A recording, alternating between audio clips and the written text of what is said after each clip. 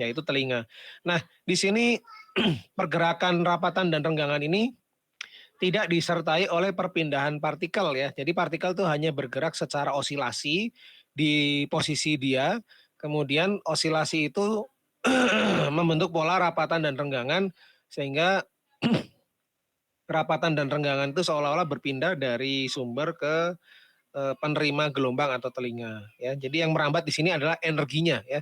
Energi getarnya ya. Jadi energi getar itu berupa apa namanya? Rapatan dan renggangan dia bergeser dari satu titik ke titik lain dan diterima oleh telinga. Kemudian sama juga untuk gelombang transversal ya. Kalau kita melihat gelombang air contohnya ya, permukaan air itu kan ketika kita sentuh dia akan membentuk suatu pola gelombang ya. Dia merambat dari titik sentuh kita ke segala arah. Nah, kalau kita amati airnya itu dia tidak berpindah ya, tidak berpindah dari satu posisi ke posisi yang lain. Dia hanya berosilasi di titik yang sama ya.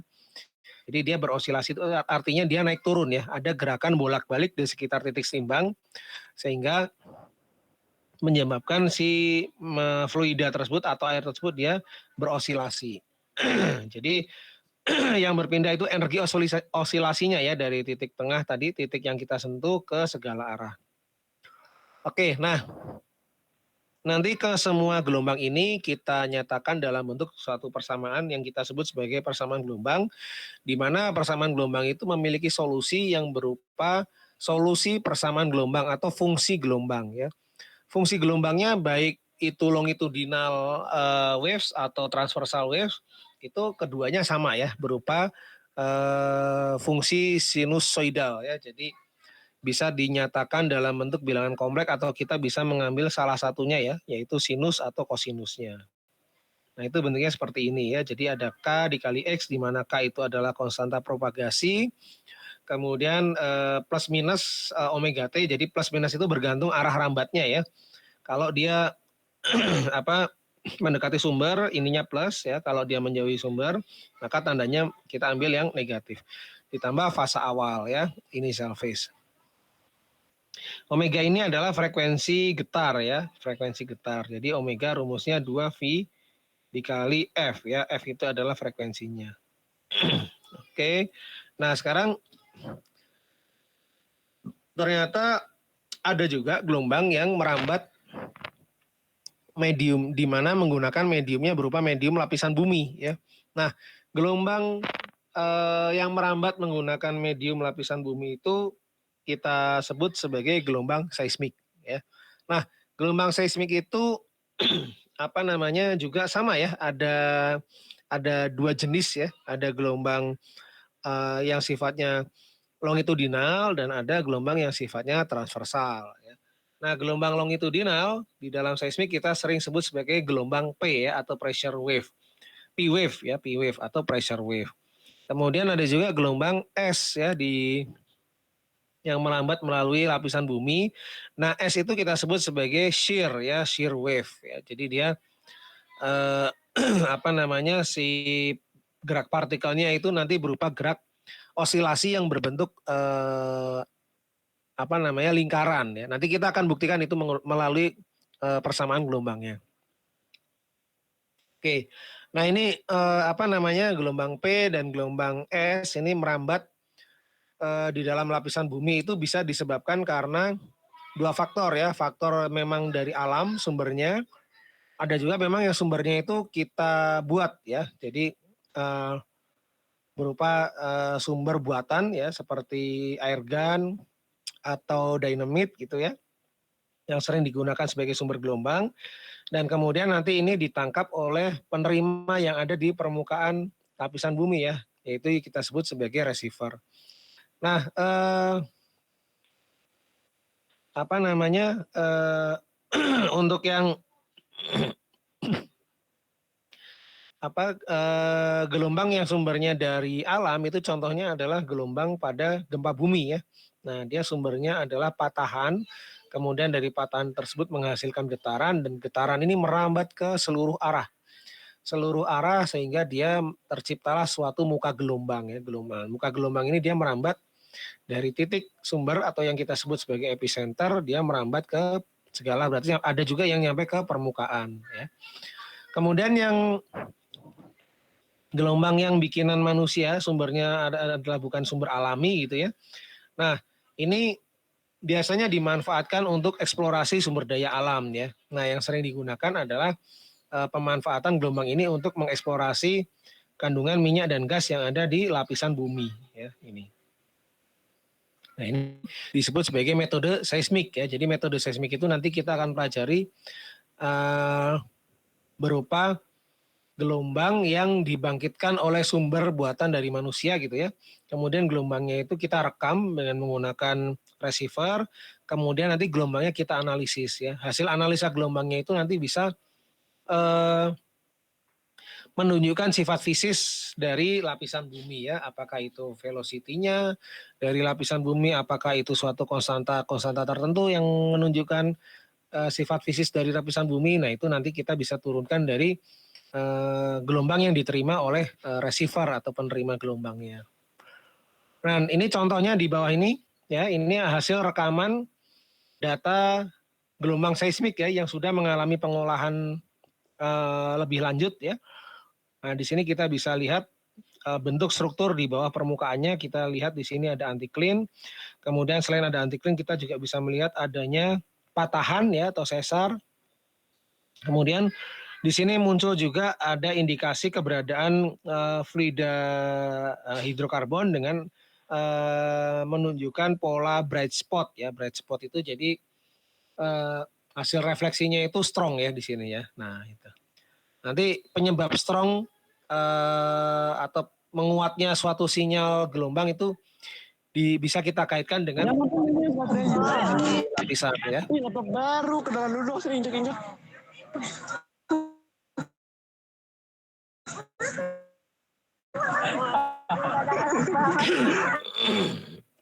Oke, ada yang mau ditanyakan? Oke, belum ya. Saya lanjutkan berikutnya. Nah, berikutnya ini sebelum kita membahas lebih jauh tentang gelombang seismik ya, maka kita perlu mempelajari terlebih dahulu konsep mengenai elastisitas ya, elastisitas suatu medium. Jadi lapisan bumi ya yang kita anggap sebagai medium tempat di mana gelombang seismik merambat itu bisa kita sampling ya atau kita ambil contohnya berupa medium infinitesimal ya. Jadi medium infinitesimal itu adalah medium yang ukurannya kecil ya, ukurannya kecil yang akan kita tinjau sebagai suatu sistem untuk menganalisa sifat elastisitas. Jadi medium bumi misalkan kita cuplik, kita ambil yang ukurannya infinitesimal kecil, maka medium tersebut memiliki dimensi dy, dx dan dz ya. Jadi dy itu lebarnya dari sini ke sini nih ya. Dari D ke G atau dari O ke C atau dari E ke F atau dari A ke B. Jadi panjang kubusnya yaitu sepanjang DY. Kemudian lebarnya DX ya, DX. DX itu jadi dari titik G ke C, titik F ke B, titik E ke A, titik D ke O ya. Nah, itu sepanjang DX ya. Kemudian medium contoh medium infinitesimal ini juga memiliki ketebalan atau ketinggian sebesar DZ ya, DZ. Nah, DZ ini panjang dari E ke D atau dari A ke O atau dari B ke C atau dari F ke G ya. Jadi ini memiliki panjang sisi DY, DX dan DZ. Kemudian medium infinitesimal ini dikenai suatu atau dikerjai suatu tekanan ya, tekanan atau stres atau kadang kita sebut juga sebagai tegangan ya. Nah, stres yang bekerja pada setiap permukaan ini memiliki tiga arah ya, memiliki tiga arah yaitu arah X, arah Y dan arah Z ya. Jadi setiap permukaan ini akan bekerja suatu tekanan atau tegangan atau stres yang memiliki 3 arah ya, yaitu arah Y, arah X dan arah Z. Nah, kemudian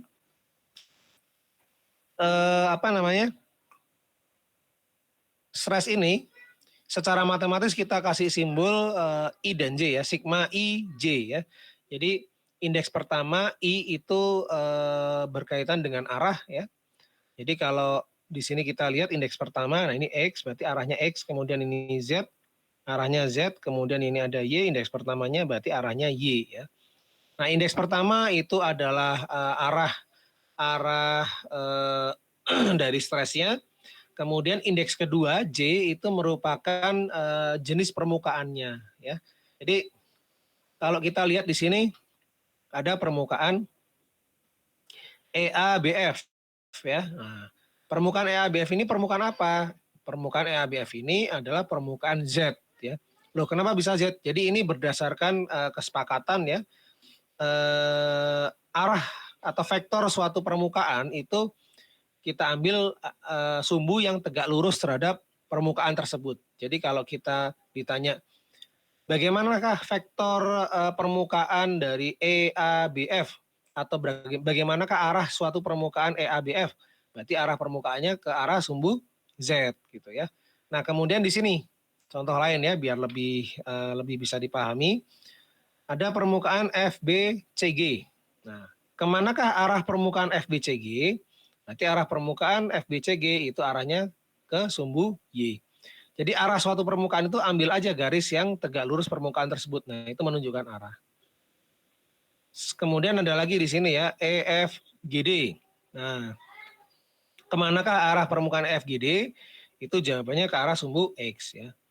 Maka kalau kita analisa stres yang bekerja pada permukaan ini EFGD, maka kita akan peroleh 3 jenis vektor stres ya.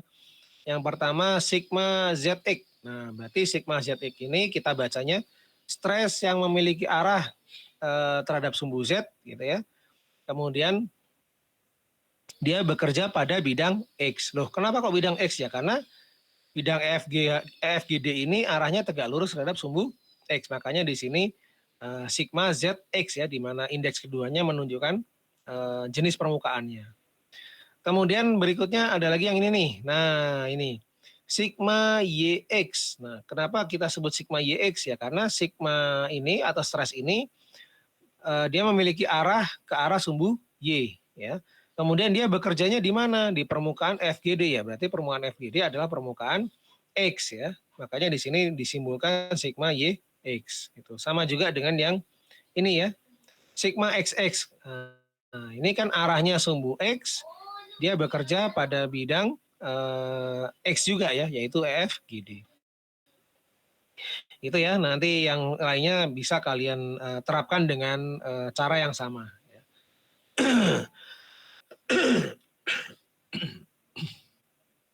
Oke, sekarang kita masuk ke besaran elastis yang pertama, yaitu strain ya, strain. Strain kalau kita artikan dalam bahasa Indonesia kita sebut sebagai regangan ya, regangan. Nah, regangan ini kalian pernah pelajari di TPB ya. Di TPB kita pernah belajar tentang elastisitas yang istilahnya konsepnya masih sangat sederhana sekali. Nah, di sini strain itu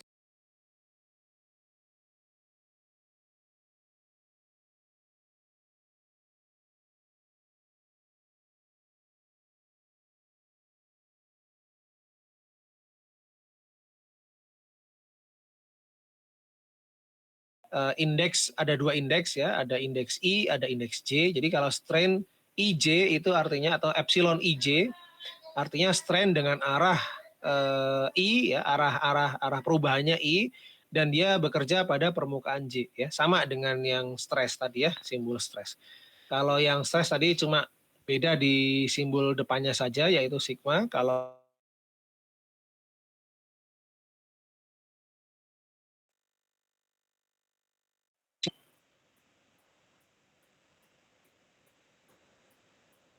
oke, sebentar.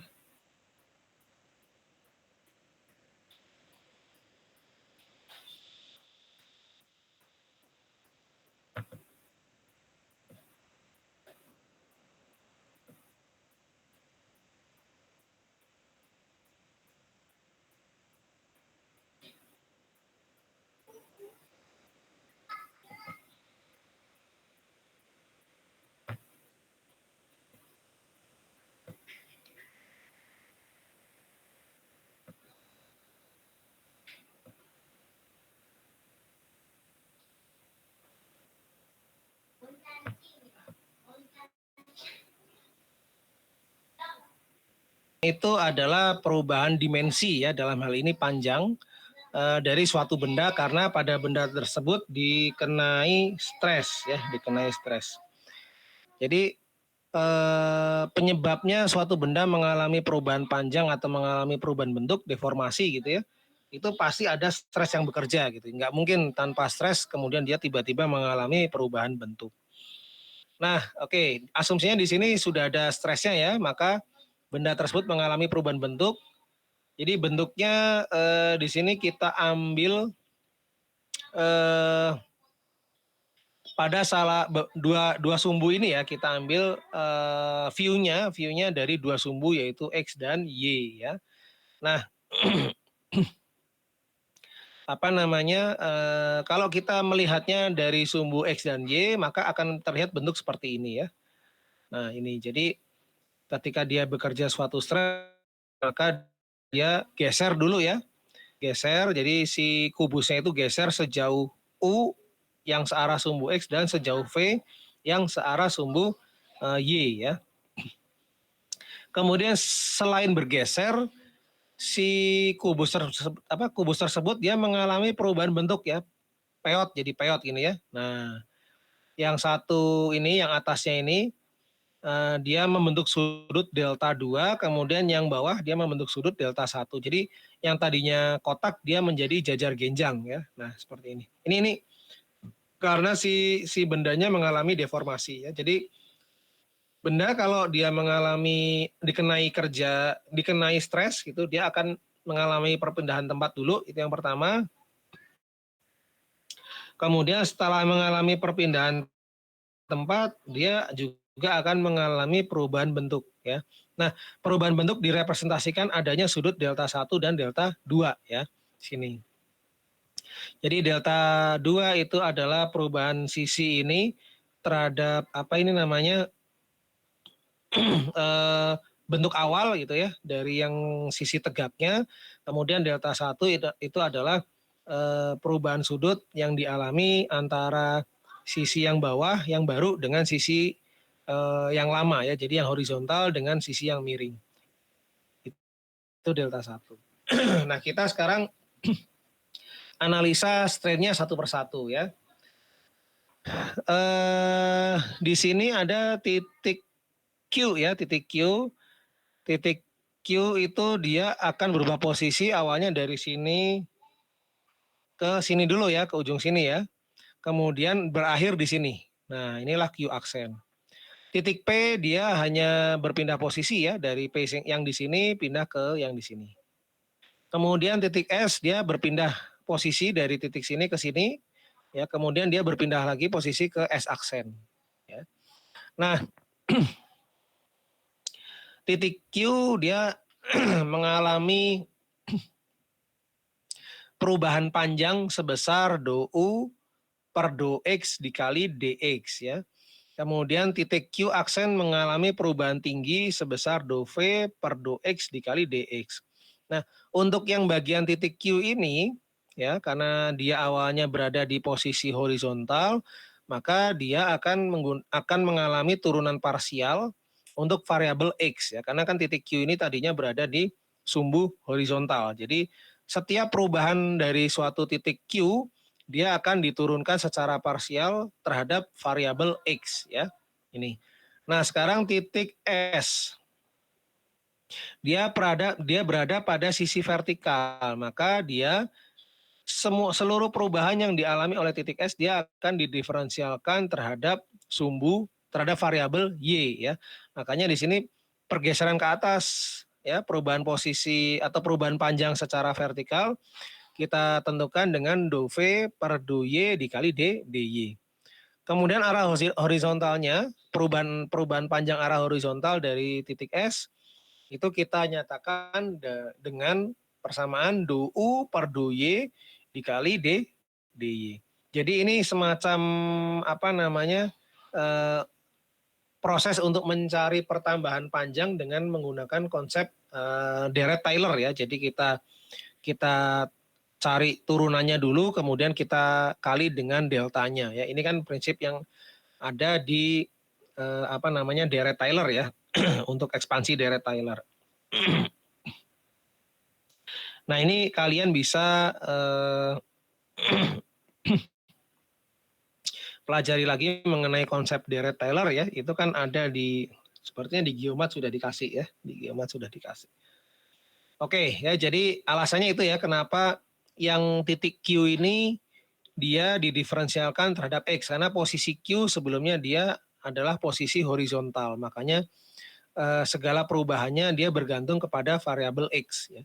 Kemudian yang ini kenapa diturunkannya terhadap variabel Y ya karena posisi dia berada pada posisi vertikal ya dari titik P. Jadi berkaitan dengan variabel Y ya. Arah vertikal ini kan berarti berkaitan dengan variabel Y ya, sumbu Y ini.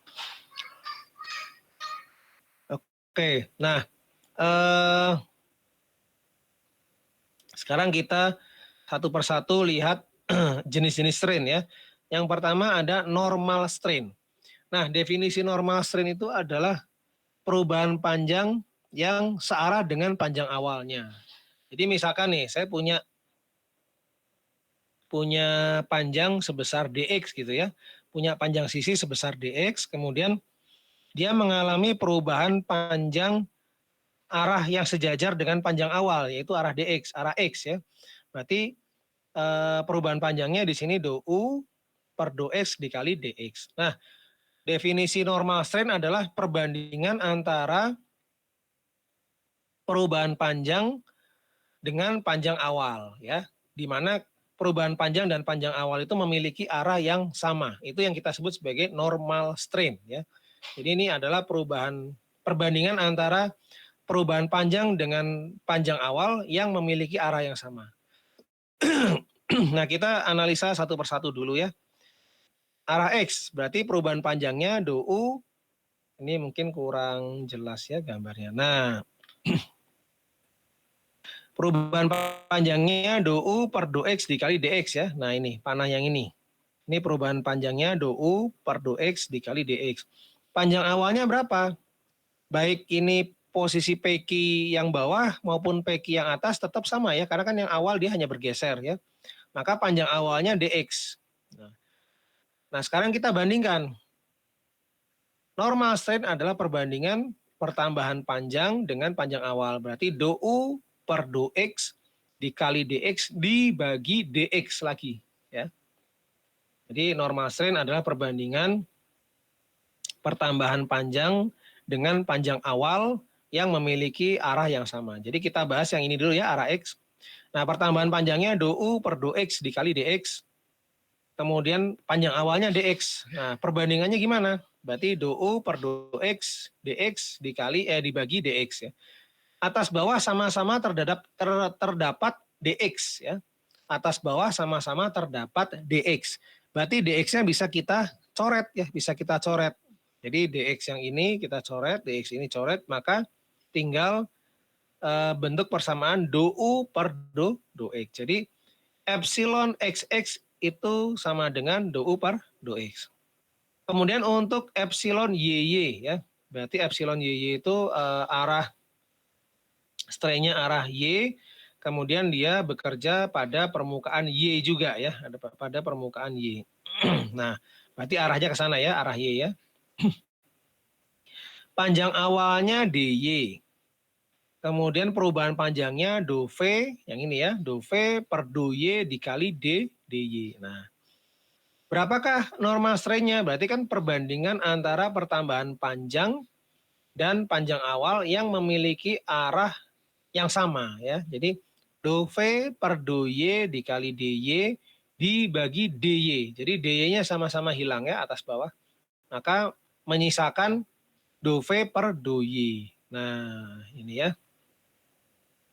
Oke, nah untuk yang epsilon ZZ gimana ya? Kita sudah melihat yang atas ini, kita sudah tahu polanya ya. Berarti kalau epsilon XX do U per do X, epsilon YY itu do V per do Y, maka epsilon ZZ ya apa namanya? Tinggal menggunakan perubahan arah pertambahan panjang arah sumbu Z ya, yaitu do W per do Z dikali DZ. Nah, dibagi DZ gitu ya, panjang awalnya kan DZ-nya. Akhirnya DZ-nya hilang ya, atas bawah ada sama-sama ada DZ, maka menyisakan 2 per do Z. Ini yang disebut sebagai normal strain ya. Jadi untuk menurunkan ini mudah ya, yang penting kalian memahami ininya ya, apa namanya, perubahan dimensi secara infinitesimal ya. Jadi ini ada perubahan panjang, ada perubahan bentuk yang arahnya ke atas ya. Nah ini, yang penting paham di sininya. Oke, sebentar ya.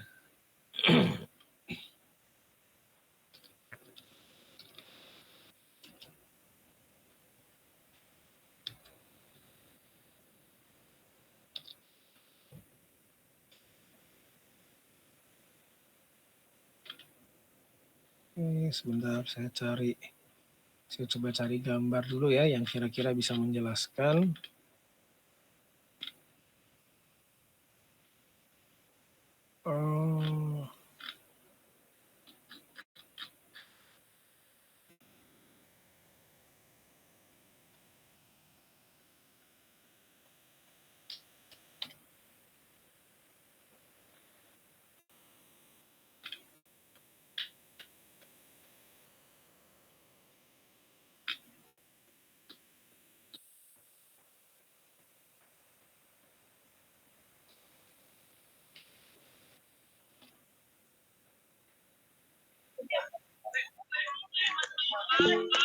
Di warung Aceh.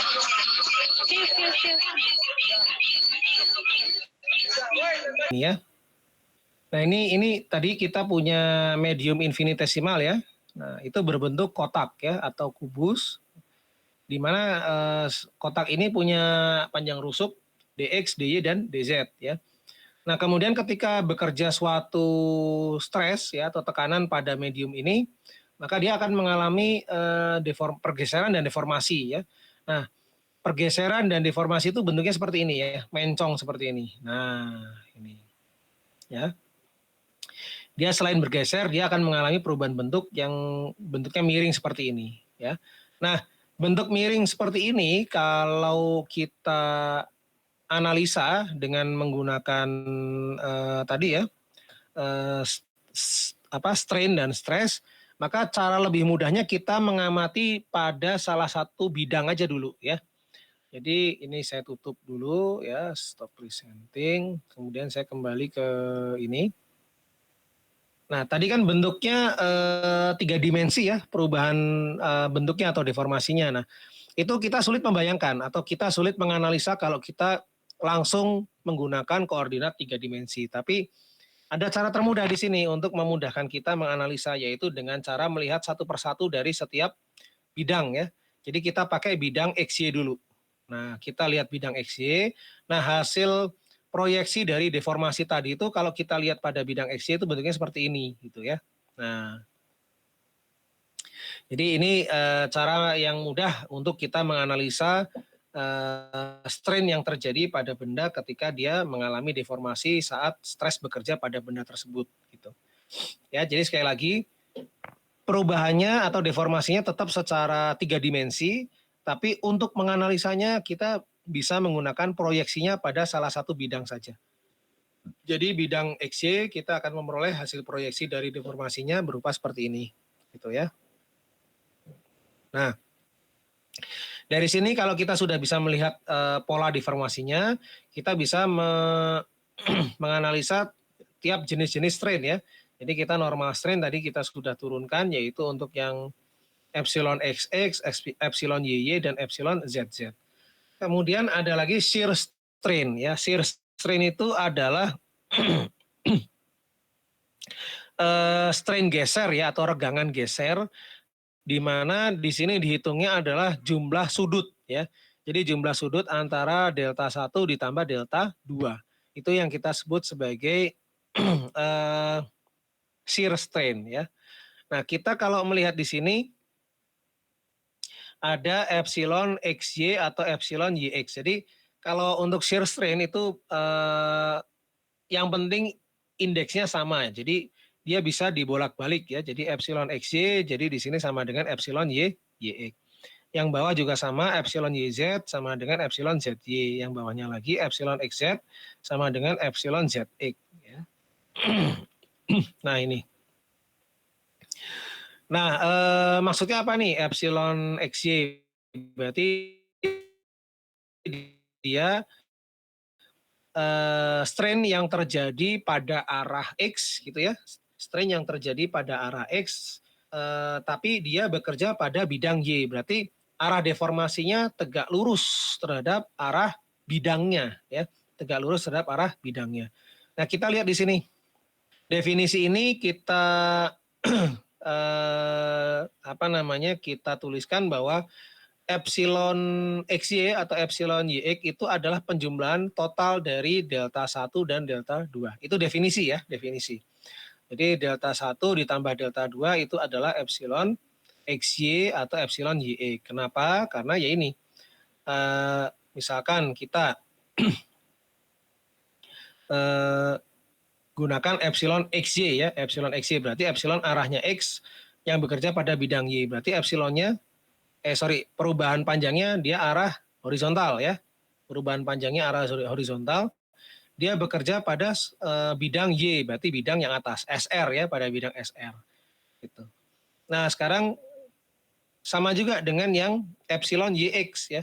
Berarti dia strain di mana perubahan panjangnya itu memiliki arah Y ya. Berarti ke atas ya.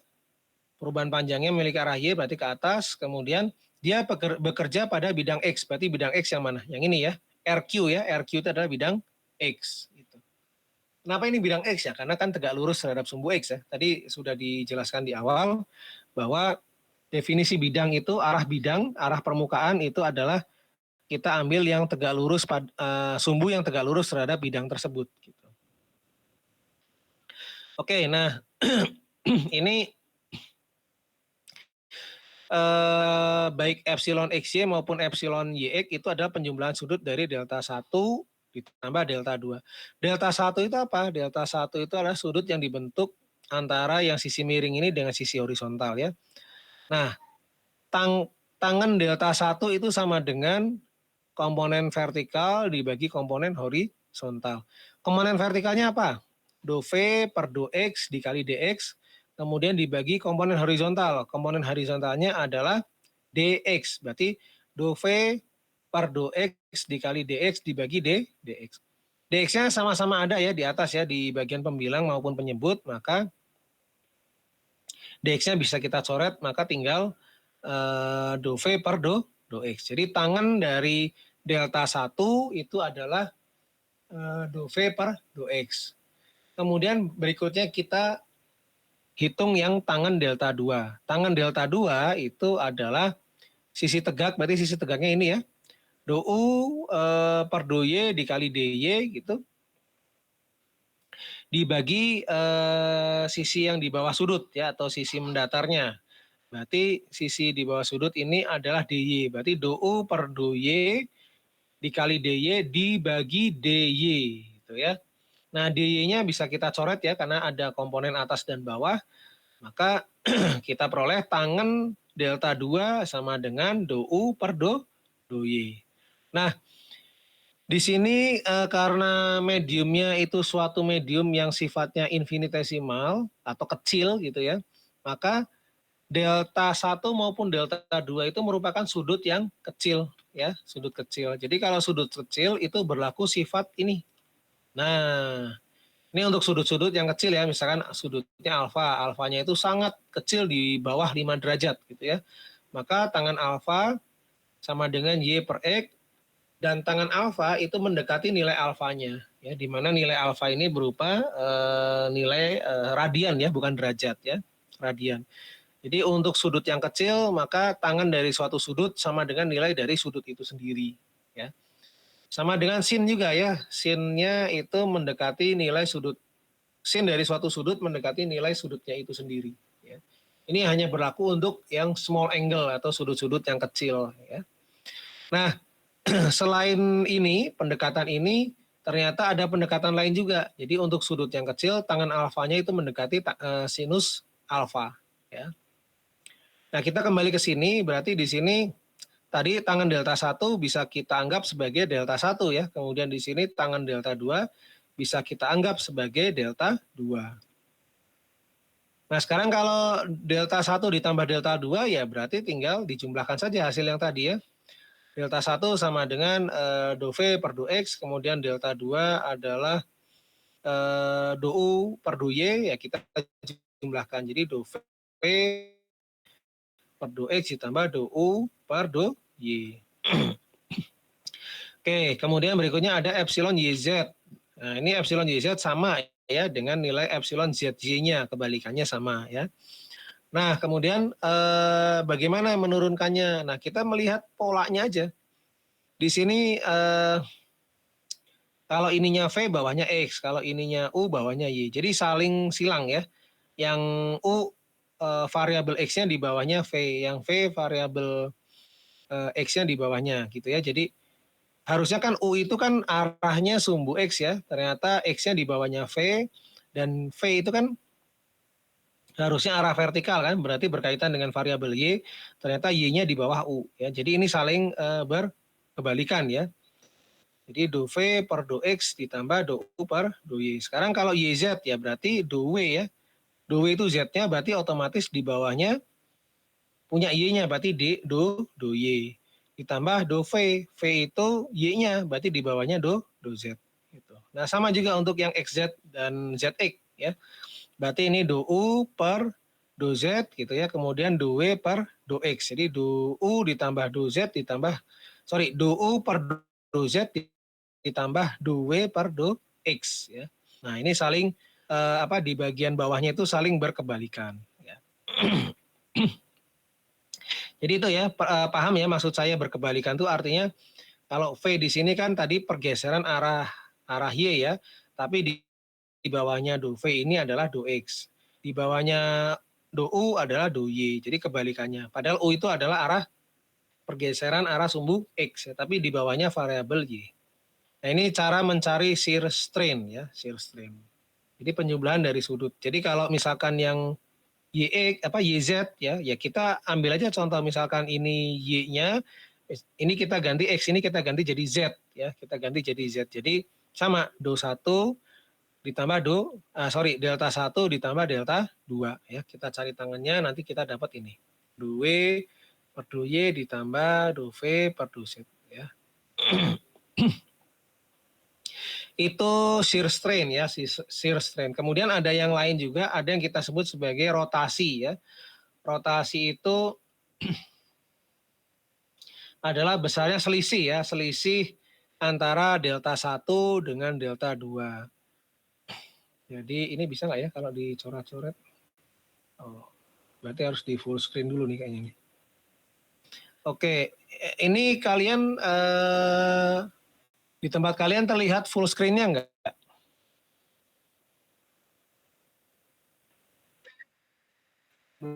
Belum Pak. Belum terlihat full screen-nya ya? Oke, yaudah. Saya coret-coret dulu di sini ya. Saya coret-coret dulu, berarti nah ini ke sini ya, kemudian ini ada yang ke sana. Nah,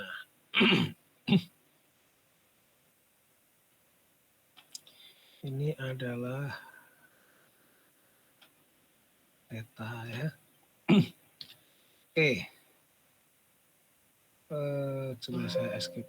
Keep. Nah, ini tadi pas saya full screen saya coba coret-coret ya. Jadi selain medium infinitesimal tersebut mengalami deformasi atau perubahan bentuk, ternyata medium infinitesimal tersebut mengalami apa yang disebut dengan rotasi ya. Rotasi. Nah, berapa besarnya rotasi? Nah, kita berarti bisa mencari dengan besarnya sudut ya. Jadi besarnya sudut itu adalah pergeseran diagonal akhir terhadap diagonal awal ya. Diagonal awalnya kan ke sana.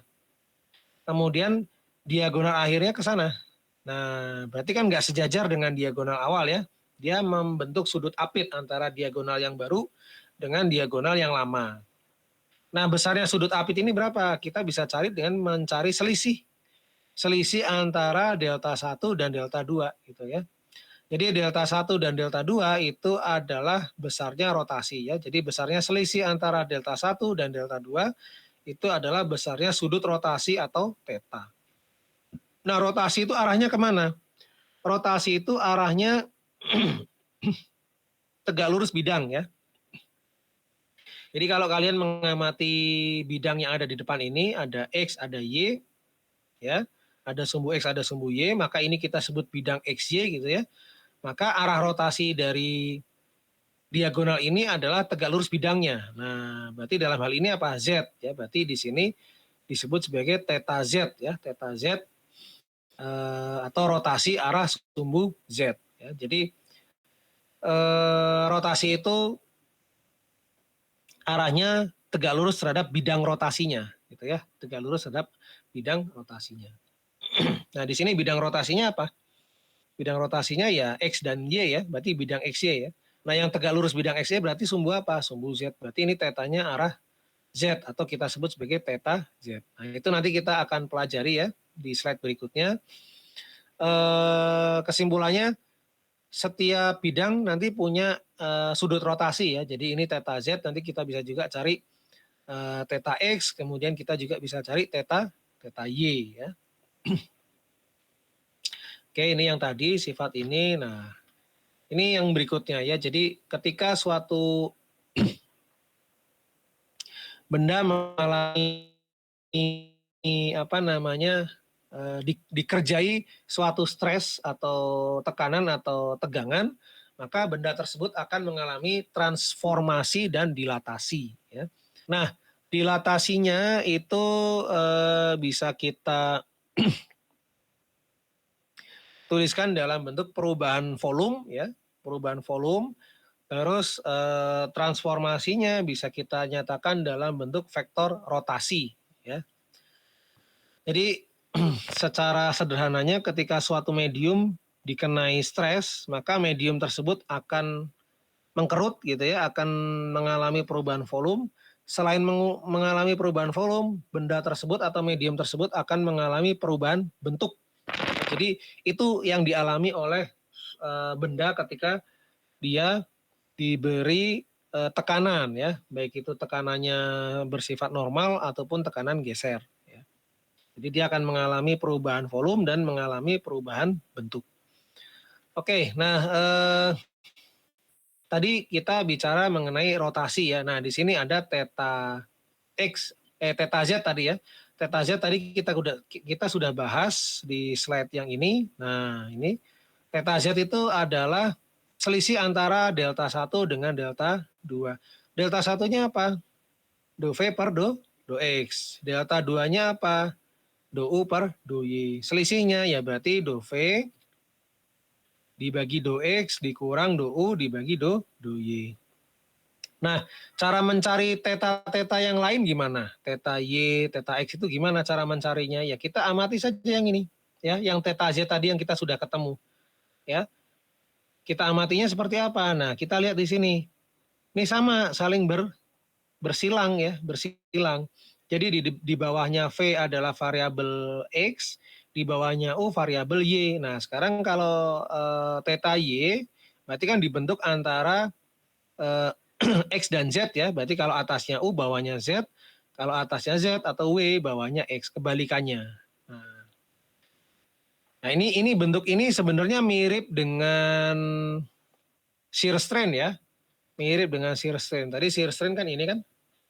Cuma ini tandanya plus gitu ya. Nah, kalau rotasi itu tandanya minus ya, minus. Tapi polanya sama, saling bersilangan. Nah, kemudian theta X ya. Theta X itu berarti kan dia dibentuknya pada bidang YZ ya, pada bidang YZ. Berarti ya kalau atasnya do W, bawahnya do Y gitu ya. Do W ini kan berarti arah Z ya, perubahan atau pergeseran pada arah sumbu Z ya, berarti do W kemudian dibagi do Y. Nah, dikurangi yang kebalikannya sama do V atasnya do V berarti bawahnya do Z ya gitu. Karena kan W ini perubahan panjang arah Z, kemudian V perubahan arah perubahan panjang arah sumbu Y ya, tapi variabelnya berada di masing-masing perubahan panjang yang tidak sama ya, jadi saling bersilangan gitu maksudnya di sini. Jadi ininya W berarti bawahnya Y, tapi kalau ininya V bawahnya Z gitu ya. Ya ini besarnya rotasi ya, besarnya rotasi. Nah ini juga bisa menggunakan pola ini aja kita amati ya, kalau kita pingin menghafal. Ya kalau shear strain itu tandanya positif, kalau yang rotasi itu selisihnya berarti tandanya negatif. Nah ini kalau kita susun ulang ya dalam bentuk vektor, maka kita punya vektor dengan 3 komponen, yaitu theta x, y ditambah theta y, j ditambah theta z, k. Ya. Nah, ketiga vektor ini kalau kita tulis ulang, maka kita akan mendapatkan suatu perkalian curl ya, curl dari suatu simbol epsilon besar ya, ini epsilon besar nih, yang ini. Nah, epsilon besarnya apa? Berarti epsilon besarnya adalah U dikali I topi ditambah V dikali J topi ditambah W dikali K topi. Nah ini kita sebut sebagai vektor perpindahan titik P ya. Nah ini titik P ini kan. Tadinya P-nya di sini, dia pindah ke sini kan. Nah pindah sejauh U arah I dan sejauh V arah J atau arah Y. Dan sejauh W arah Z ya. Nah makanya epsilon besar ini dia tersusun dari 3 komponen vektor, yaitu vektor perpindahan arah X, vektor perpindahan arah Y, dan vektor perpindahan arah Z.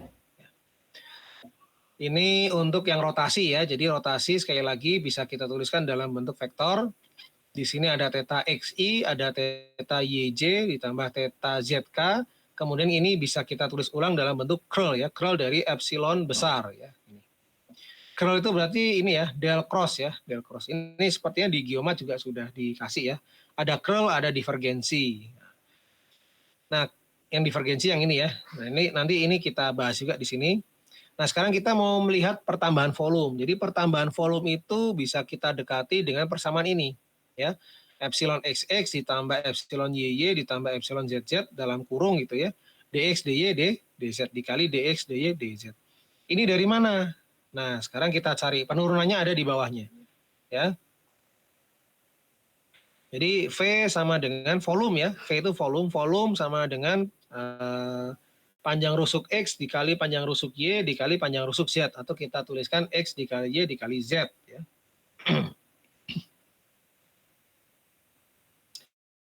Oke, nah sekarang kita logaritma naturalkan ya, atau lonkan, kita lonkan. Jadi ln dari V sama dengan ln dari X dikali Y dikali Z. Nah, ketika kita operasikan dengan logaritma natural dari suatu perkalian, maka kita bisa uraikan perkalian tersebut menjadi penjumlahan ln ya. Jadi ln X ditambah ln Y ditambah ln Z.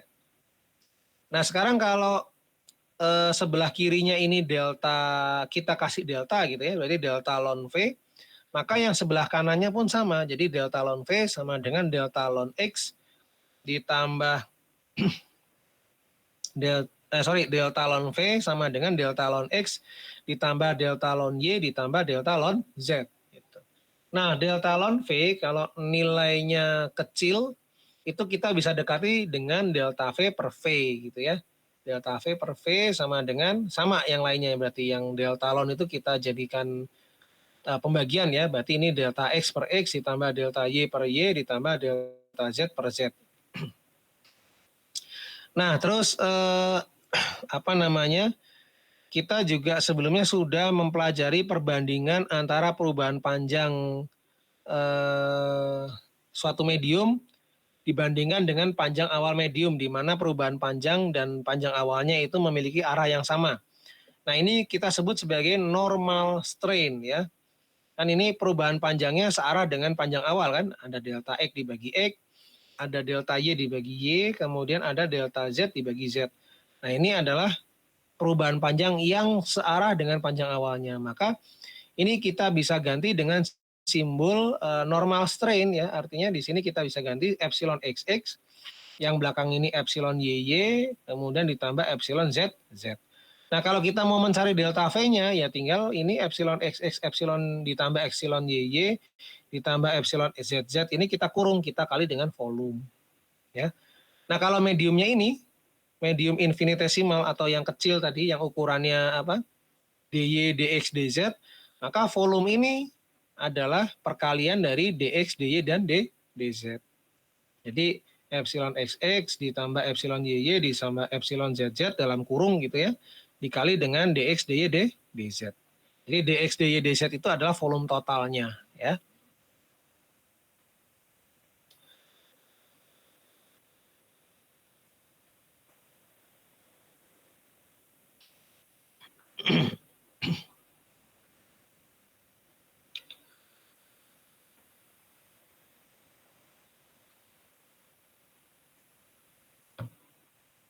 Bentar ya.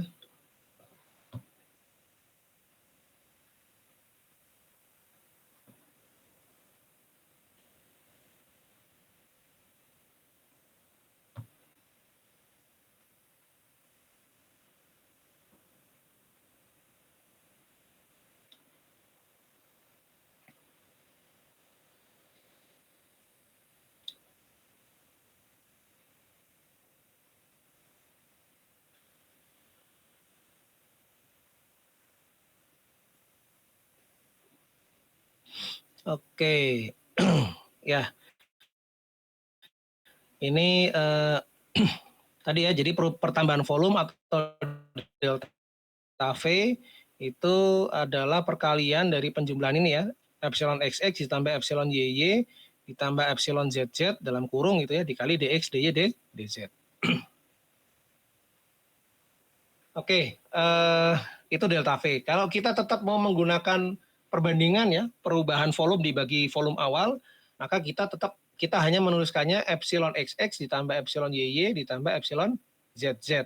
Nah, perbandingan antara pertambahan volume atau delta V terhadap volume awal atau V itu kita sebut sebagai segitiga ini ya. Nah, ini segitiga. Jadi segitiga itu kita sebut sebagai dilatasi ya, dilatasi atau perubahan volume ya, perubahan volume. Nah, kemudian dilatasi ini tadi kan disimbolkan dengan epsilon XX, epsilon ditambah epsilon YY ditambah epsilon ZZ. Sedangkan epsilon XX itu tadi sudah kita bahas di slide sebelumnya, yaitu do U per do X ditambah epsilon YY itu tadi do V per do Y, kemudian epsilon ZZ itu do W per do Z. Nah, ini kita bisa kita bisa cabut ya, kita bisa uraikan gitu menjadi divergensi. Jadi del ya, segitiga terbalik itu del ya, del dot produk dengan vektor perpindahan titik P ya, tadi yang epsilon besar ya. Jadi epsilon besar itu tadi kan U dikali I topi ditambah V dikali J topi ditambah W dikali K topi ya. Nah, ketika di dot produkkan ya berarti kita bisa lepas ya, kita bisa lepas dalam bentuk perkalian divergensi ya. Jadi del dot dari vektor perpindahan titik P. Ini kita kalau lakukan perkalian divergensi maka hasilnya akan seperti yang ini ya. Do U per do X ditambah do V per do Y ditambah do W per do Z. Oke, nah sekarang tadi kita sudah belajar mengenai stres dan strain ya. Stres itu yang ini tadi stres ada dua jenis, ada shear stress dan ada normal stress. Kalau shear stress itu yang indeksnya beda ya, ada I ada J. Kalau normal stress itu yang indeksnya sama, misalkan sigma II atau sigma JJ gitu ya. Indeksnya sama, berarti itu kita sebut sebagai normal stress. Kemudian shear strain juga ada sama ya. Strain itu ada normal strain, ada shear strain. Normal strain itu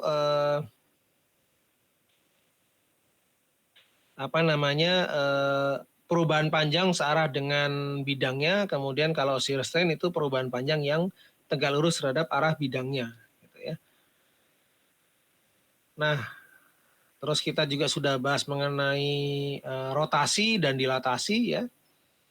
Kemudian di sini kita akan masuk ke pembahasan mengenai hukum hook ya. Jadi hukum hook ini adalah hukum yang menjelaskan mengenai hubungan antara stres dan strain ya, antara stres dan strain. Jadi di sini ada dua persamaan ya, persamaan normal stres. Berarti kalau normal stres berhubungannya dengan normal strain gitu ya. Kalau shear stress nanti berhubungannya dengan shear strain gitu. Nah ini diperlihatkan dengan dua persamaan ini. Kita lihat yang normal stress dengan normal strain itu indeksnya sama ya. Jadi sigma II di sini, kemudian di sini epsilon JJ gitu ya. Epsilon II juga sama ya. Jadi ini indeksnya sama. Kemudian yang shear strain dengan shear stress itu indeksnya berbeda. Ini IJ, kemudian sigmanya sigma IJ, kemudian epsilonnya epsilon IJ. Oke, nah ini kalau kita masukkan semua indeks ya, indeks baik itu XX, YY, ZZ, ataupun XY, kemudian YZ dan XZ itu kalau kita tulis semuanya, maka kita akan memperoleh suatu bentuk persamaan matriks ya, seperti yang ada di depan ini nih. Jadi kita tulis dulu untuk yang sigma XX, sigma YY, sigma ZZ, kemudian kita tulis lagi sigma YZ, sigma ZX, dan sigma XY. Kita peroleh, kita susun dulu persamaannya, kemudian kita ubah bentuknya dalam bentuk matrik. Ya, matrik. Nah hasilnya adalah perkalian matrik seperti ini. Jadi kalau matrik ini dikalikan, kita akan mendapatkan kembali persamaan yang ada di atas ini ya, yang dua ini. Itu. Kalau belum kebayang berarti bisa kalian coba ya ini ya. Kalau nggak dicoba memang sulit untuk membayangkan. Jadi dicoba nanti kalian baru kebayang kenapa bentuk matriknya seperti ini. Gitu. Oke, nah setelah kita mempelajari hukum Hooke, kita di sini akan lanjut ke beberapa jenis konstanta elastik ya. Jadi konstanta elastik ini adalah suatu konstanta yang digunakan untuk mendeskripsikan atau menggambarkan sifat elastik dari suatu benda atau medium ya. Nah, konstanta elastik itu diantaranya di sini ada modulus Young atau E ya. Kemudian ada Poisson ratio, kemudian ada Bak modulus atau modulus Bak. Ya. Nah, modulus Young itu E di sini sama dengan perbandingan antara stres normal dengan atau normal stres dibandingkan dengan normal strain. Di sini contohnya XX ya, XX. Tapi untuk contoh yang lain juga bisa. Kita bisa menggunakan sigma YY dibagi epsilon YY atau sigma ZZ dibagi dengan epsilon ZZ ya. Itu nggak masalah. Jadi intinya bahwa modulus yang itu adalah perbandingan antara normal stres dengan normal strain ya, itu konsep dari modulus Young. Nah, artifisisnya apa modulus Young itu? Modulus Young itu adalah tekanan yang dibutuhkan untuk setiap perubahan 1% dari suatu medium, perubahan panjang sebesar 1% dari medium tersebut gitu ya. Jadi untuk setiap 1%-nya dia butuh stres berapa? Nah, itu yang kita definisikan sebagai modulus Young. Kemudian ada Poisson ratio. Nah, Poisson ratio itu simbolnya sigma ya, sigma tanpa indeks ya kayak gini. Nah, ini perbandingan antara dua jenis normal strain ya, perbandingan antara dua jenis normal strain. Jadi ada epsilon YY kemudian dibandingkan dengan epsilon XX ya. Atau kalian mau menggunakan epsilon ZZ dengan epsilon XX itu nggak masalah. Tergantung nanti lihat arah tekanannya ya. Jadi ini tuh sebenarnya untuk mendeskripsikan seberapa besar sih perbandingan perubahan panjang antara Y dengan X gitu ya. Misalkan bayangkan gini, kalian punya spons ya, punya spons, kemudian spons tersebut kalian tekan dari atas ya. Maka ketika kalian tekan, maka spons itu selain jadi gepeng gitu ya, akan memendek panjangnya, maka spons itu akan melebar ya. Melebar. Atau contoh-contoh lainnya yang mudah dibayangkan, misalkan kalian punya mainan anak-anak itu ya, malam ya, malam atau lilin ya, lilin. Kalian bikin lilin tersebut dalam bentuk kotak gitu ya. Kemudian setelah bentuknya sudah berbentuk kotak, itu kalian tekan dari atas ya. Kalian tekan dari atas, maka selain memendek ya si kotaknya, maka kotaknya juga akan melebar gitu ya. Nah, ini perbandingan apa namanya pemendekan terhadap pelebaran itu kita sebutnya sebagai Poisson ratio ya. Nah, kenapa di sini ada tanda minus ya? Karena ketika ditekan kan berarti memendek. Kalau memendek berarti perubahan panjangnya negatif ya. Makanya agar hasilnya positif, maka di sini di depannya dikasih tanda negatif. Jadi epsilon y minus epsilon y dibagi epsilon xx ya. Ini. Nah, ini bisa juga epsilon zz dibagi epsilon minus dari epsilon zz dibagi epsilon xx. Jadi tergantung awalnya ditekan dari arah mana gitu ya. Kalau ditekannya pada arah z ya berarti kita menggunakan epsilon zz dibagi epsilon xx dikali negatif ya, dikali negatif. Nah, ini kita masih mempelajari medium yang bersifat isotropis. Jadi ketika dia ditekan baik dari atas ataupun dari kanan kiri ataupun dari depan belakang itu akan menghasilkan Poisson ratio yang sama gitu ya. Ini salah satu sifat medium yang isotropis ya. Nanti kalau sudah mempelajari yang apa namanya elastisitas yang versi anisotropis, nah itu mungkin lebih kompleks lagi ya. Jadi setiap Poisson ratio dia memiliki nilai yang berbeda-beda ya ketika dia ditekan dari atas ke bawah, kemudian ketika dia ditekan dari depan belakang, dari kanan kiri itu menghasilkan Poisson ratio yang berbeda. Oke, sekarang kita di sini masih menggunakan sistem yang sederhana yaitu sistem isotropis ya. Kemudian berikutnya ada lagi konsep mengenai tekanan hidrostatis ya. Jadi tekanan hidrostatis itu seluruh stres normalnya itu nilainya sama yaitu P ya. Misalkan ketika kita masuk ke dalam fluida atau air gitu ya. Misalkan kita masuk ke dalam air, kita punya bola ya atau kotak yang ukurannya kecil kita masukkan ke dalam air, maka tekanan hidrostatis yang bekerja pada semua sisi itu nilainya sama yaitu rho GH ya. Nah, ini yang kita sebut sebagai tekanan hidrostatis ya. Jadi normal stresnya atau tekanan yang bekerja secara tegak lurus terhadap suatu permukaan itu nilainya sama. Itu yang kita sebut sebagai tekanan hidrostatis. Oke, nah kemudian ada yang disebut sebagai K ya atau Bak modulus atau modulus Bak. Nah, modulus Bak itu adalah perbandingan antara tekanan hidrostatis dengan dilatasi ya. Dilatasi kan tadi perubahan volume ya. Perubahan volume yang disimbolkan dengan simbol segitiga ya. Nah, ini adalah perubahan volume. Nah, berarti secara fisis artinya apa? Modulus Bak adalah tekanan hidrostatis yang dibutuhkan suatu benda agar benda tersebut mengalami perubahan volume sebesar 1% dari volume awal ya. Nah, ini yang disebut sebagai modulus Bak. Itu arti fisisnya.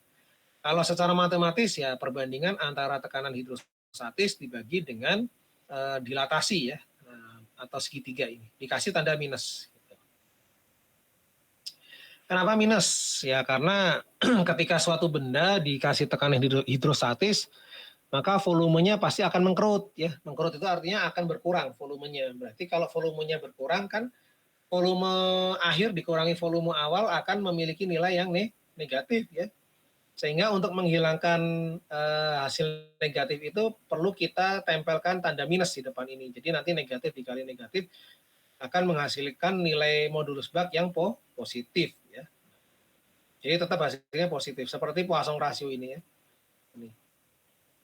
Jadi tanda negatif itu untuk mengkompensasi hasil perhitungan ya yang akan menghasilkan nilai negatif. Jadi negatif kali negatif hasilnya positif. Oke, kemudian dari definisi konstanta elastik ini, ya dari definisi konstanta elastik, kita substitusi ke dalam persamaan Hooke ya, persamaan yang sebelumnya, kemudian kita substitusi juga ke persamaan yang sebelumnya ada dilatasi, ada rotasi, kemudian kita substitusi juga ke persamaan normal strain, ada shear strain, kemudian ada normal stress, ada shear stress, maka kita akan peroleh ini.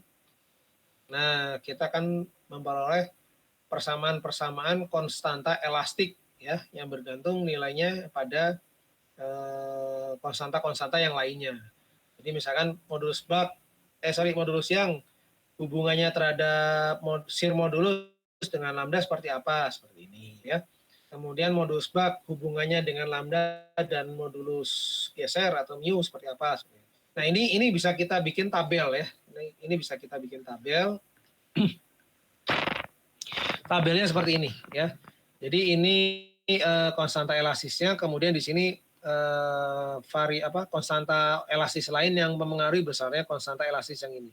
Jadi bagaimana menentukan nilai modulus yang ketika modulus yang ini dipengaruhi oleh shear modulus dan Bak modulus, maka persamaannya ini. Bagaimana modulus yang ini ketika besarnya modulus yang dipengaruhi oleh besaran shear modulus dan lambda atau konstanta Lame. Nah, bentuk persamaannya seperti ini ya. Jadi ini agar cara melihatnya lebih mudah, maka kita bisa rangkum ya dalam bentuk tabel ya, seperti ini tabelnya.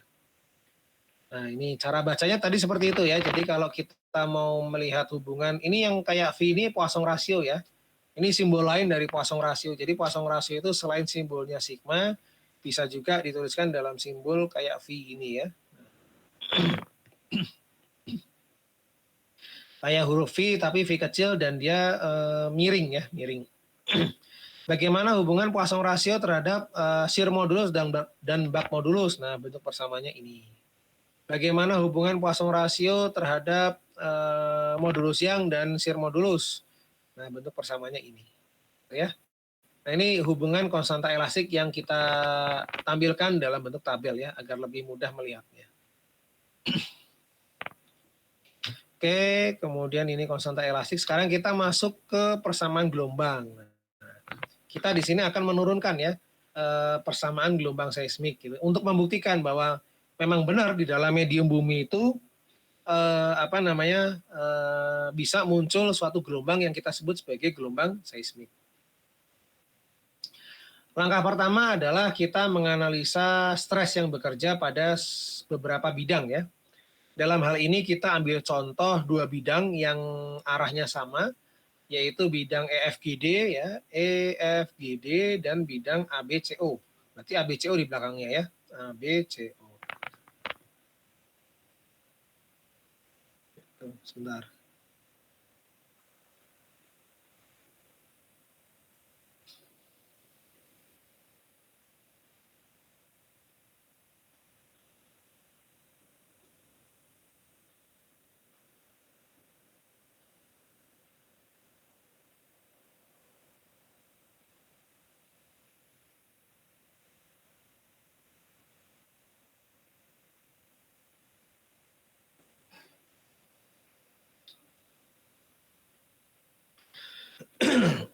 Ya, oke, kita jadi sebelum mendapatkan persamaan gelombang, langkah pertama kita analisa gaya-gaya yang bekerja pada medium ini ya, medium infinitesimal, yaitu dengan melihat stres. Stres yang bekerja pada bidang EFGD ya, yang depan ini EFGD dan bidang ABCO ya. Pada bidang ABCO itu stres yang bekerja ada 3 jenis ya. Karena dia kan punya 3 arah ya, arah X, arah Y, arah Z. Yang sama adalah bidangnya tempat dia bekerja. Jadi di sini simbolnya sigma XX, sigma YX, dan sigma ZX ya. Ini menunjukkan stres yang bekerja pada bidang yang sama ya, bidang X, tapi dia memiliki arah yang berbeda karena di sini indeks pertamanya berbeda ya, yang satu X, yang satunya Y, satunya lagi Z. Kemudian stres yang bekerja pada permukaan EFGD. Nah, permukaan EFGD yang ini ya, EFGD. Nah, permukaan EFGD ini punya jarak sebesar dx terhadap permukaan ABCO. Maka kita bisa menggunakan konsep pendekatan atau aproksimasi Taylor untuk menebak nilai stres yang ada pada bidang EFGD gitu ya. Nah, caranya gimana? Caranya seperti ini. Jadi sigma XX ya, yaitu stres yang ada pada bidang ABCO ditambah dengan perubahan stresnya. Jadi do sigma XX dibagi do X dikali DX ya. Karena kan ini gesernya sejauh DX ya. Nah, makanya dilakukan turunan parsial kemudian kita kali DX yaitu jaraknya gitu. Nah, yang stres yang lainnya pun sama ya. Caranya sama, kita diferensialkan terhadap X ya. Nah, ini karena kan jaraknya dx ya.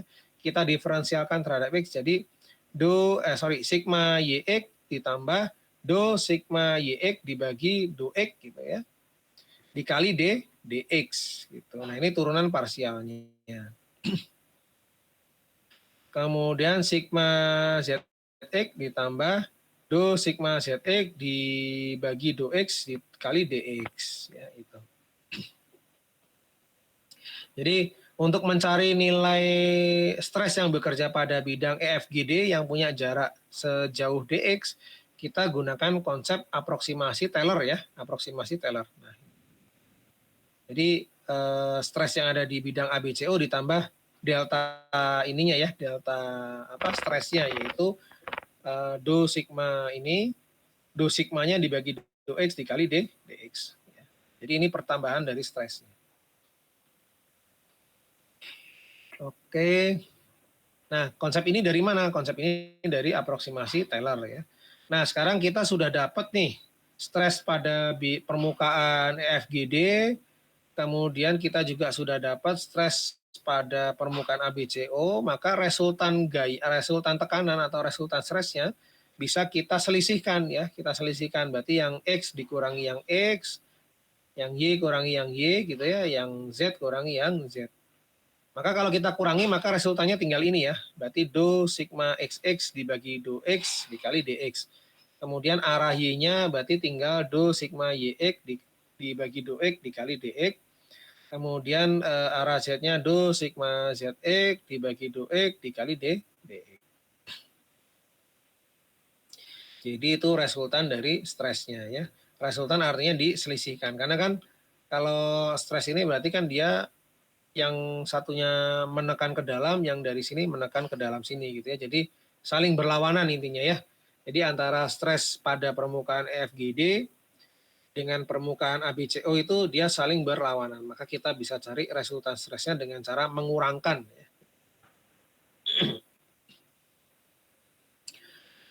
Oke, nah ini resultan stres pada bidang X ya. Nah kita bisa cari resultan stres pada bidang yang lain ya, pada bidang yang lain. Kalau kita mau nyari misalkan untuk bidang EAOD dengan FBCG itu kita tinggal ganti ininya aja ya, indeks keduanya karena kan bidangnya bukan bidang X tapi bidang apa nih? Bidang Y ya. Bidang EAOD dengan bidang FBCG itu adalah bidang yang arahnya searah dengan arah sumbu Y, maka indeks keduanya tinggal bisa kita ganti ya, tinggal kita ganti saja yang ini X jadi Y. Jadi ini XY, kemudian YY, kemudian ZY. Kemudian kita analisa juga bidang yang lainnya ya, pasangan bidang yang lain, misalkan antara EA, BF dengan DOCG. Berarti kan ini bidang Z. Nah, kita ganti aja indeks keduanya menjadi XZ, YZ, dan ZZ gitu ya. Turunannya gimana turunannya? Ya turunannya juga berganti. Kalau antara bidang EAOD dan FBCG ini kan jaraknya apa? DY ya, berarti ini bukan DOX lagi, tapi DOY dikali DY. Ini DOY dikali DY dan seterusnya. Terus antara bidang antara bidang EABF dengan bidang DOCG itu jaraknya berapa ini? Jaraknya kan DZ ya, berarti nanti ini juga diganti jadi DZ, DZ, kemudian ini DZ, DZ dan seterusnya. Ya, dengan cara yang sama kita bisa menurunkan untuk arah-arah bidang yang lain gitu, sehingga kita bisa mendapatkan 3 persamaan ini lagi ya. Jadi kita punya 2 persamaan ini. Ini cukup saya tampilkan di sini satu. Yang penting kalian paham pola penurunannya ya, nanti bisa kalian untuk latihan pola penurunan pada bidang-bidang yang lainnya. Oke, nah sekarang kita tadi sudah dapat resultan ya. Resultannya kan ini ya, resultan stresnya. Kemudian di sini kita akan cari gaya persatuan volume dari resultan stres yang bekerja gitu ya. Berarti kalau kita mau mencari gaya persatuan volume, maka langkah pertama kita adalah mencari besarnya gaya dulu, baru kita cari gaya persatuan volume. Nah, mencari besarnya gaya, maka kita bisa kalikan stres atau tekanan ini atau resultan stres ini ya. Resultan stres kan ini berupa tekanan ya. Kita kali dengan luas penampangnya ya. Nah, ini kan permukaan apa namanya? Dia kan bekerja pada permukaan X ya. Kalau permukaan X berarti luasnya berapa? Luasnya DY dikali DY dikali DZ ya. Kan permukaan X ya, arahnya ke sana mana? Ke sana ya. Nah, berarti luas permukaan X misalkan di sini EFGD atau ABCO, maka luas permukaannya adalah DY dikali DZ. Jadi ini rumus stres yang ini, resultan stres yang ini kita kalikan dengan luas penampangnya yaitu DY DZ. Berarti kita peroleh ini ya, F sama dengan do sigma XX dibagi do X dikali DX DY DZ. Ini berlaku untuk semuanya ya, berarti untuk yang ini do sigma YX dibagi do X dikali DX sama belakangnya dikali DY DZ. Yang ini juga sama juga dikali DY DZ. Itu kita sudah dapatkan resultan gaya berarti ya, yang awalnya resultan stres, maka kita sudah dapatkan resultan gaya. Maka untuk mencari gaya persatuan volume, ya berarti resultan gaya dibagi dengan volume. Volumenya apa? Volumenya dx, dy, dz. Karena kan ini panjangnya dy, ya lebarnya dx, tingginya dz. Jadi resultan volume, volume total adalah dy, dx, dz. Nah, F dibagi V ya, F dibagi V. Maka kalau volumenya rumusnya dx, dy, dz, maka akan saling menghilangkan ya, maka akan saling menghilangkan. Jadi dx, dy, dz-nya itu saling menghilangkan antara yang di atas ya dengan yang di bawah. Maka yang tersisa tinggal yang ini ya, yang tersisa tinggal yang suku ini, do sigma xx dibagi do x ya, kemudian do sigma yx dibagi do x. Kemudian do sigma zx dibagi do x. Gitu. Nah ini sisanya ini. Inilah rumus gaya persatuan volume untuk bidang X ya. Catat di sini untuk bidang X. Dari mana tahu bidang X ya? Karena lihat aja indeksnya ini ya. Indeksnya suku keduanya kan merupakan variabel X ya. Maka di sini gaya persatuan volume untuk bidang X ya. Untuk bidang yang lain gimana? Ya kita pakai analogi saja ya. Sekarang bentuknya kayak gini nih untuk bidang X. Untuk bidang yang lain gimana ya? Sama berarti do sigma, misalkan bidang Y ya, do sigma XY dibagi do Y gitu ya. Dibagi do Y. Kemudian untuk arah Y-nya berarti do sigma YY dibagi do Y. Kemudian arah Z-nya do sigma ZY dibagi do Y. Itu untuk arah bidang Y. Untuk arah bidang Z ya tinggal diganti aja variabelnya. Do sigma XZ dibagi do Z, kemudian arah Y-nya do sigma YZ ya dibagi do Z, kemudian arah Z-nya do sigma ZZ dibagi do Z. Kita dapat gaya persatuan volume untuk masing-masing arah ya. Ini arah X, arah Y, dan arah Z. Kemudian kita terapkan ke hukum Newton 2 ya, karena kita sudah punya persamaan gaya ini ya, persamaan gaya persatuan volume, maka kita masukkan persamaan gaya persatuan volume ke hukum Newton 2 ya, hukum Newton. Nah, hukum Newton 2 itu kan gaya sama dengan massa dikali percepatan gitu ya. Nah, sekarang kalau gayanya adalah gaya persatuan volume ya, maka gaya persatuan volume sama dengan densitas dikali percepatan. Nah, sekarang kita tulisnya di sini satu persatu ya, nggak boleh semua arah. Nah, ini kan ini semua arah ya. Tapi kalau kita mau masukkan ke hukum Newton, kita harus tulis satu persatu, yaitu misalkan di sini arah X-nya dulu ya. Nah, gaya persatuan volume pada arah sumbu X ya, berarti rho dikali do kuadrat U per do T kuadrat gitu ya, sama dengan do sigma XX dibagi do X, kemudian ditambah do sigma XY dibagi do Y, kemudian ditambah do sigma XZ dibagi do Z. Kemudian untuk arah arah Y ya tinggal rho do kuadrat V gitu ya kan. Ini kalau arah X pakainya U ya. Kalau arah Y berarti pakainya V. Berarti do kuadrat V dibagi do T kuadrat sama dengan do sigma arah Y berarti ya. Berarti Y X gitu ya. Misalkan pada bidang X itu Y X, do sigma Y X dibagi do X gitu ya, do X ditambah dan seterusnya gitu ya. Nah, dari hukum Newton ini ya kita bisa substitusi juga atau kita bisa terapkan hukum Hooke ya ke dalam hukum Newton gitu ya. Kan di sini hukum Newton ini ada ada normal stress, ada shear stress kan. Nah, normal stressnya kita masukin yang persamaan pertama ini. Kemudian untuk yang shear stress-nya kita masukkan persamaan Hooke yang kedua gitu kan. Nah, kita substitusi ke sini. Ya. Di mana persamaan 1 dari hukum Hooke itu ini, persamaan 2 dari hukum Hooke ini. Nah, kemudian dari sini kita juga substitusi beberapa definisi mengenai strain ya, ada normal strain, ada shear strain gitu kan. Nah, ini kemudian ada rotasi tadi mana? Ya, rotasi. Maka kita akan peroleh persamaan ini ya. Untuk gaya persatuan volume pada arah sumbu X kita peroleh bentuknya seperti ini nanti.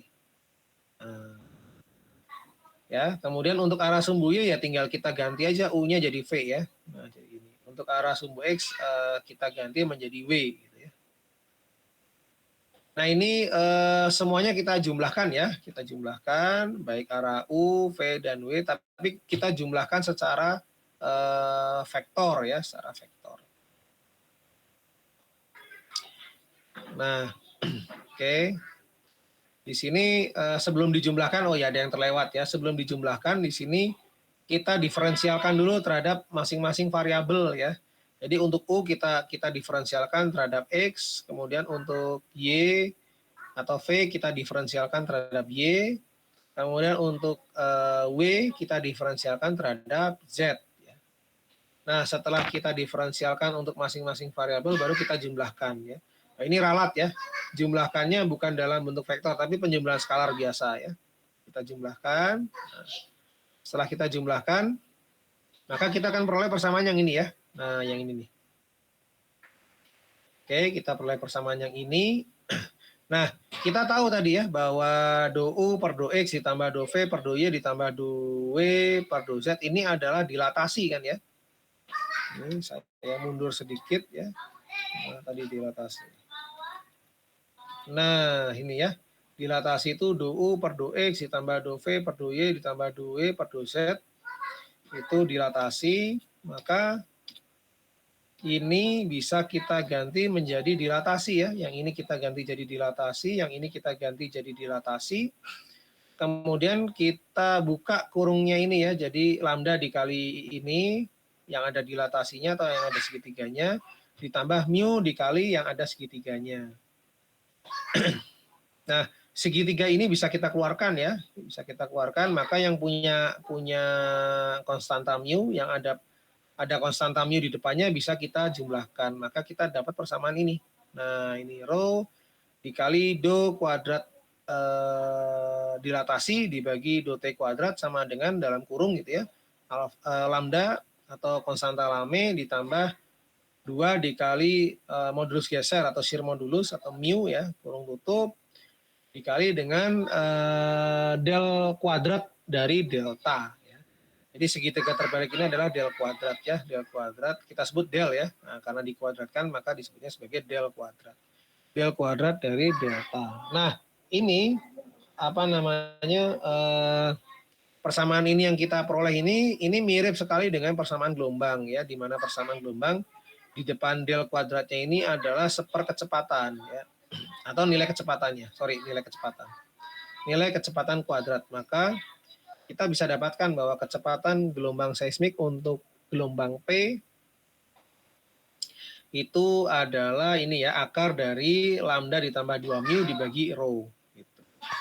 Nah ini tahu dari mana ini pressure wave atau gelombang P? Kita bisa lihat di sini ya. Persamaan gelombangnya berupa segitiga ya. Nah ini simpangannya berupa segitiga. Sedangkan segitiga ini atau delta ini kita sebut sebagai dilatasi atau perubahan volume ya. Nah kita lihat kalau gelombang P itu kan termasuk gelombang apa? Longitudinal kan? Gelombang longitudinal itu kan berarti dia ada rapatan, ada renggangan. Ya. Ketika dia merapat maka volumenya berubah dibandingkan ketika dia merenggang gitu ya. Jadi proses rapatan dan renggangan itu adalah proses osilasi dari perubahan volume ya. Maka kita di sini bisa mengidentifikasi bahwa persamaan gelombang ini adalah persamaan gelombang P. Ya. Jadi kenapa ini bisa diidentifikasi sebagai gelombang P? Karena kita lihat ininya ya, bentuk osilasinya atau simpangannya ini direpresentasikan dalam bentuk delta atau perubahan volume. Oke, kemudian lanjut yang persamaan gelombang S ya. Gelombang S kita kembali lagi ke persamaan yang ini ya, hasil dari hukum Newton ya. Tapi kita ambil dua jenis persamaan, yaitu yang V dan yang W misalkan ya. Nah, masing-masing dari persamaan ini kita diferensialkan secara bersilangan gitu ya. Yang V kita diferensialkan terhadap Z, kemudian yang W kita diferensialkan terhadap Y gitu ya. Setelah kita diferensialkan, kita kurangkan gitu. Maka kita dapat ini ya. Nah, setelah kita diferensialkan, kita selisihkan, maka kita dapat ini. Nah, yang selisih ini yang apa namanya, yang do dari segitiga per do Y ini itu akan sama-sama hilang ya, saling menghilangkan. Jadi ini didiferensialkan terhadap Z, maka do dari segitiga dibagi do kuadrat dari segitiga dibagi do Y do Z ya. Yang bawah pun sama ya, do kuadrat segitiga dibagi dengan do Y do Z. Jadi untuk suku pertama ketika diselisihkan dia akan saling menghilangkan atau saling mengurangi ya, mengurangkan jadi saling menghilangkan. Jadi sisanya tinggal yang belakang ya, yang suku kedua ya. Nah, ini yang suku kedua terlihat selisihnya ya. Jadi do W per do Y dikurang do V per do Z. Kemudian yang di sisi kiri juga sama ya, do W per do Y dikurang do V per do Z. Hanya bedanya yang depan itu turunan parsial kuadrat terhadap waktu, kemudian yang belakang itu adalah del kuadrat. Yang sebelah kanan adalah del kuadrat dikali dengan ini. Nah, kita review ke materi yang sebelumnya, slide sebelumnya, bahwa theta x itu adalah selisih ini kan ya, antara variabel W diturunkan parsial terhadap variabel Y, kemudian variabel V diturunkan parsial terhadap variabel Z. Ya ini kan berarti theta X. Kenapa theta X? Karena ini berada pada bidang YZ ya. YZ berarti arah rotasinya atau tetanya arah sumbu X gitu. Kan tegak lurus terhadap bidang ya tadi ya. Nah sama, dengan cara yang sama misalkan kita punya V dan U gitu ya. Nah sama, kita tulis yang persamaan V-nya ini, kita tulis persamaan U-nya di bawahnya, kemudian kita diferensialkan silang ya. Jadi yang V kita diferensialkan dengan X, kemudian yang U kita diferensialkan dengan Y gitu ya. Nah nanti sama, kita selisihkan, kemudian suku pertama hilang, kemudian tinggal sisa suku yang kedua untuk sebelah sisi kanan ya. Untuk sisi kirinya masih ada tetap ya. Nah, hasil pengurangannya ini kita definisikan sebagai theta ya, atau arah rotasi. Nah, ini ada theta X, theta Y, theta Z ya. Theta X, theta Y, theta Z. Ini kalau kita tulis ulang yang ini, maka kita dapat persamaan yang ini ya. Ini sudah dalam bentuk theta ya. Ini rho do kuadrat theta X dibagi delta kuadrat dikurangi mu delta kuadrat dikali theta X. Untuk yang theta lainnya sama ya. Oke, setelah kita mendapatkan 3 persamaan ini, ya, kita lakukan penjumlahan secara vektor, ya. Kita jumlahkan secara vektor ketiga persamaan ini, berarti do kuadrat per do t kuadratnya kita simpan di depan ya, kemudian kita kurung ini tetanya, jadi teta x dikali i topi ditambah teta y dikali j topi ditambah teta z dikali k topi ya, dalam kurung. Kemudian sama, yang sisi kanannya juga sama ya, mu dikali del kuadrat, kemudian dikali dalam kurung gitu ya, teta xi ditambah teta yj ditambah teta zk ya. Nah, maka setelah dapat ini, kita bisa tulis ini ya, yang teta xi ditambah teta yj ditambah teta zk ini dalam bentuk simbol yang baru, yaitu teta besar ya. Berarti yang sisi kanan ada teta besarnya, yang sisi kiri ada teta besarnya ya. Maka kita peroleh persamaan ini ya. Ini persamaan gelombang juga. Jadi 1 per beta kuadrat dikali do kuadrat teta besar dibagi teta do t kuadrat sama dengan del kuadrat dikali teta besar. Nah, beta ini adalah kecepatan gelombang S ya. Kecepatan gelombang S kalau kita komparasikan dengan persamaan yang ini, persamaan yang kedua, maka kita akan peroleh beta itu sama dengan akar dari mu dibagi rho. Oke, nah ini kenapa kita sebut sebagai gelombang S atau shear wave ya. Kita lihat di sini. Nah, dia terdapat rotasi dari partikelnya ya. Nah, kalau kita lihat gelombang S itu merupakan rotasi dari partikel yang dilewati gelombangnya gitu. Nah, jadi dia naik turun karena partikelnya geser ke atas, muter ke kiri, ke bawah, kanan, geser ke atas lagi. Nah, itu dia berotasi ya, sehingga membentuk gelombang S ini. Gitu. Oke, nah dari sini kita dapat 2 persamaan ya. Persamaan gelombang P ya, yang ini. Nah, ini kalian perhatikan benar-benar. Ini kemudian kalian juga sudah mendapatkan persamaan gelombang S yang ini ya. Oke, nah sekarang kalau kita lihat secara umum suatu persamaan gelombang itu bentuknya seperti ini ya. Ini secara umum. Ini ketika gelombang merambat pada satu dimensi yaitu sumbu X saja ya. Ketika gelombang merambat pada sumbu X saja, maka bentuk persamaan gelombangnya itu seperti ini. Ya. Nah, solusi persamaan gelombang itu berupa fungsi sinus maupun kosinus ya. Atau kalau kita mau menulis persamaan atau fungsinya secara umum, kita bisa tulis solusi persamaan gelombang itu dalam bentuk fungsi kompleks ya. Fungsi kompleks yaitu ada pangkat imajinernya. Jadi E pangkat I dikali fasanya, fasa gelombangnya yaitu omega T ditambah Kx ya. Nah,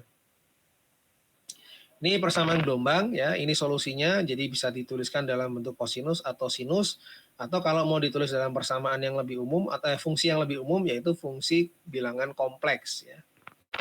Oke, nah ini solusinya. Di mana K itu adalah konstanta propagasi, rumusnya omega dibagi volume ya. Volume apa? Laju rambat gelombangnya ya. Atau K sering dituliskan 2V per lambda ya. Oke, nah seismic wave equation tadi kita sudah dapatkan 2 jenis bentuk equation ya. Wave equationnya ada 2 jenis, yaitu seismic wave untuk P wave dan seismic wave equation untuk yang S wave yang kanan ini. Nah, baik kiri maupun kanan itu hanya beda di nilai kecepatannya ya.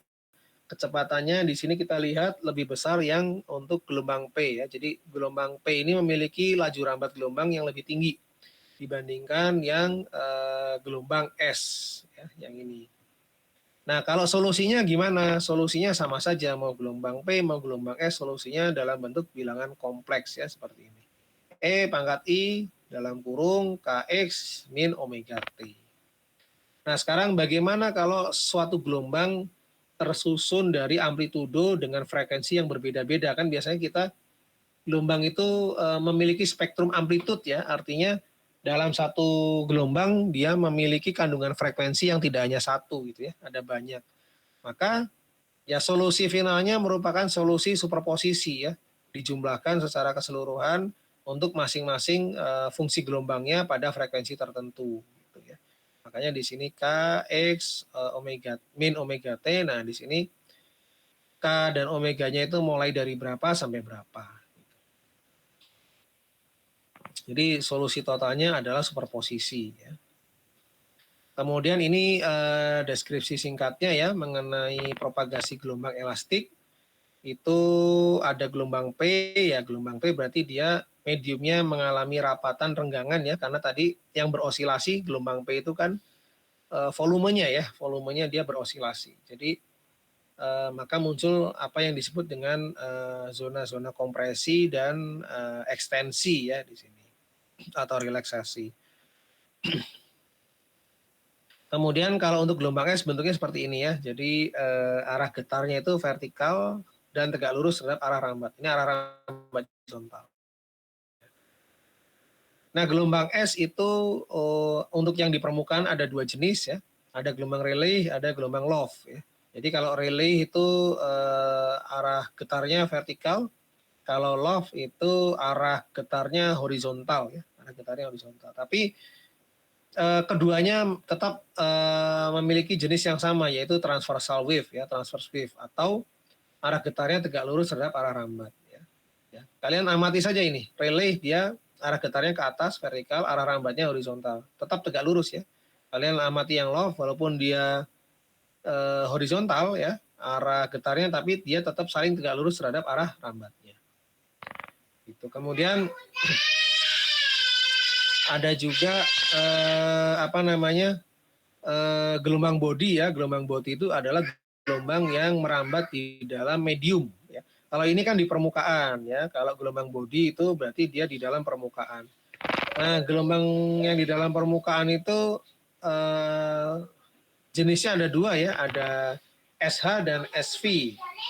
SH itu adalah shear horizontal, kalau yang SP itu adalah shear vertikal. Jadi yang shear horizontal nih kalau kita lihat berdasarkan bidang yang kita lihat sekarang itu, maka amplitudenya akan keluar masuk ya. Makanya di sini tandanya silang, ini shear horizontal. Kemudian kalau yang shear vertikal itu amplitudenya akan naik turun. Dua jenis ini tetap dia saling tegak lurus terhadap vektor propagasinya.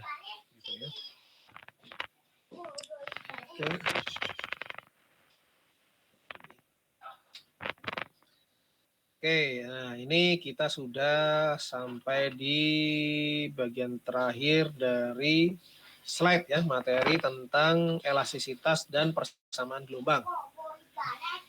Oke, sekarang ada pertanyaan dari apa yang sudah saya sampaikan atau ada masukan, pendapat, silakan.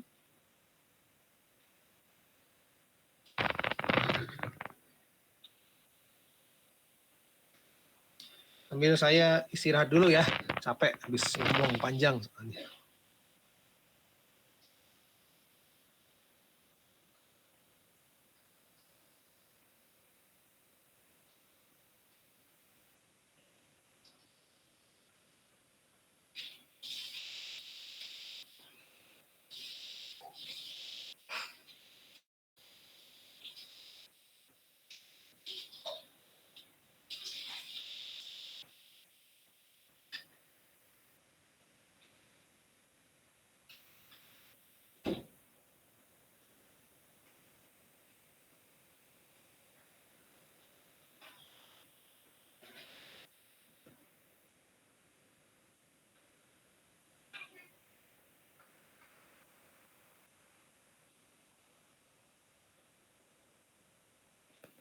Oke, nggak ada pertanyaan. Nanti materinya saya ini di Google Classroom ya, saya post.